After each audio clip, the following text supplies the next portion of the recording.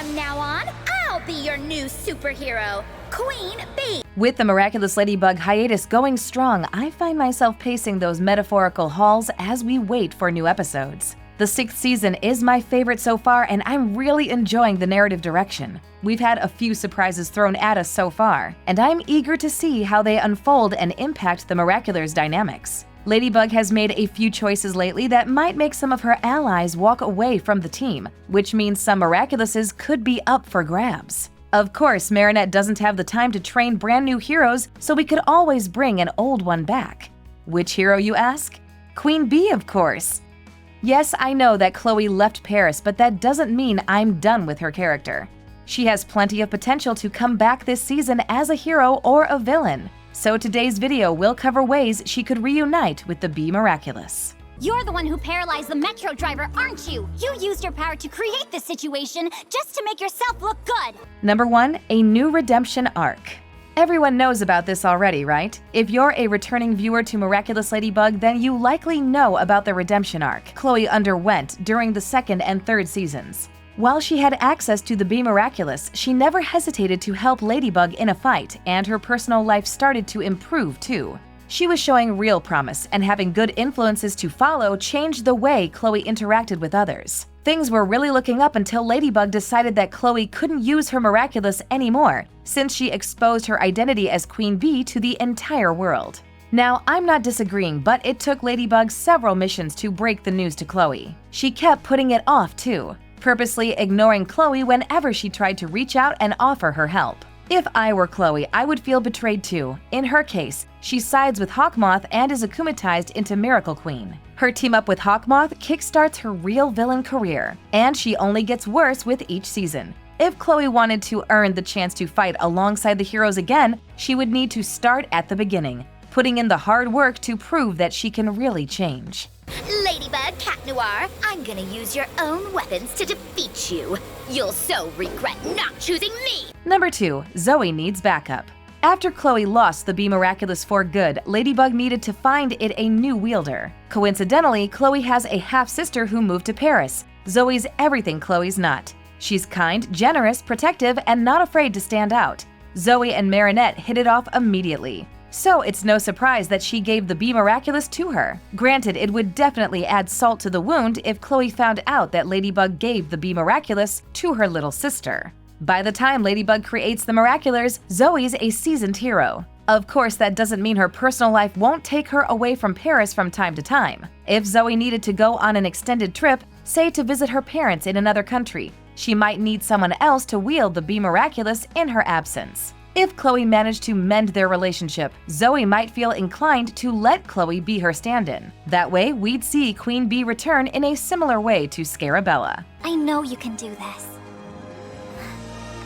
You have only one thing to say, my queen. Haul in, buzz on! Number 3, she steals it. On the topic of Zoe having the Bee Miraculous, I want to take a moment and question Marinette's logic. Canonically, Zoe goes down a path of villainy and shows no sign of stopping. Sure, she's in the doghouse right now and forced to live with her mom, but I think she's going to try and make the most of it. That means we won't see a redemption arc, and that Chloe's negative emotions toward the heroes will continue to grow. I think that might make her a danger to the Bee Miraculous, not only for the sake of revenge, but because she's in the perfect position to steal it. Think about it. Chloe used to wield the Bee Miraculous, so even with it camouflaged, she might recognize it in Zoe's hair. If she comes back to Paris with her mom for an impromptu visit, all it would take is her sneaking into Zoe's room during the night to take back the Miraculous. When she shows up as Queen Bee the next day, it'll be pretty obvious who the thief was. But she can enjoy her reunion with Pollen while it lasts. All the boys have to be crazy about you.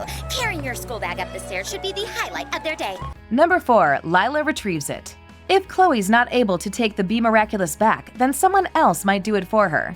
I think we all agree that Lila's shaping up to be one of the best villains in the franchise. She already stole the Ladybug and Cat Miraculouses once, and would have succeeded if not for Bunnix. Aside from that, she's a criminal mastermind who is always 3 steps ahead of her enemies. Now that she has the Butterfly Miraculous, I've got a feeling she'll be nearly impossible to catch. Granted, the Miraculers have the advantage of a team, but she could manage to steal one isolated Miraculous.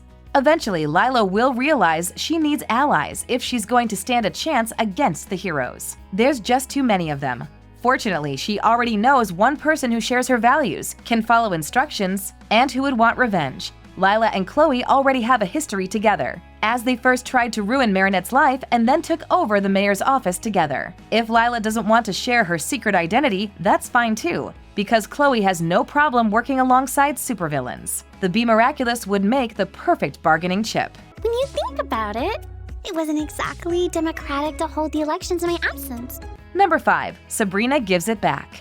There's also another member of the Miracular team who is in the perfect position to steal the Bee Miraculous for Chloe. Sabrina lived as Chloe's friend and personal punching bag for years, enduring harsh bullying. Despite it all, she still latched onto Chloe and learned to love her in spite of her cruelty, which made ending their friendship incredibly painful. Sabrina needed time to bounce back from that friendship, not only building her confidence but earning the trust of her fellow Miraculers. Now she works as Miss Hound alongside them, and she's become very close friends with Zoe. Before you start in the comments section, I also hate the idea of Sabrina betraying Zoe and returning to the dark side. However, we can't leave it out as a possibility. When you learn to rely on a toxic relationship for years, it can be difficult to break away from them. Chloe might be one phone call or visit away from emotionally manipulating Sabrina, backing her into a corner. Not to mention, Chloe likely knows some of Sabrina's secrets or personal information that she could easily use as blackmail. Ladybug only calls on me when she has serious villains to contend with. Yeah, of course. Number 6. Alternate universes. The last option for Queen Bee's return is out there. It's still possible though, and a fun one, so there's no harm in including it. In Miraculous World Paris, we learn about the existence of the multiverse. Tiki explains that there are an infinite amount, which she and the other Kwamis live within simultaneously. During the special, an alternate version of Gabriel works with his allies to enter our world of Miraculous Ladybug, getting help from Ladybug and Cat Noir. He's followed by his greatest enemies and their alter egos, Shadybug and Claw Noir. If there are other Miraculouses in different universes and an infinite amount of universes to choose from, it's safe to assume that there's still a few Queen Bees out there. The writers of the series have expressed an interest in returning to Shadybug's world because there are all sorts of stories to explore there. If that ever happens, we might see Queen Bee again as she works for the Supreme. The Butterfly and Rooster Miraculouses also give their wielders the ability to traverse different dimensions, so it's definitely in the cards. You don't want us to destroy this world? Then come out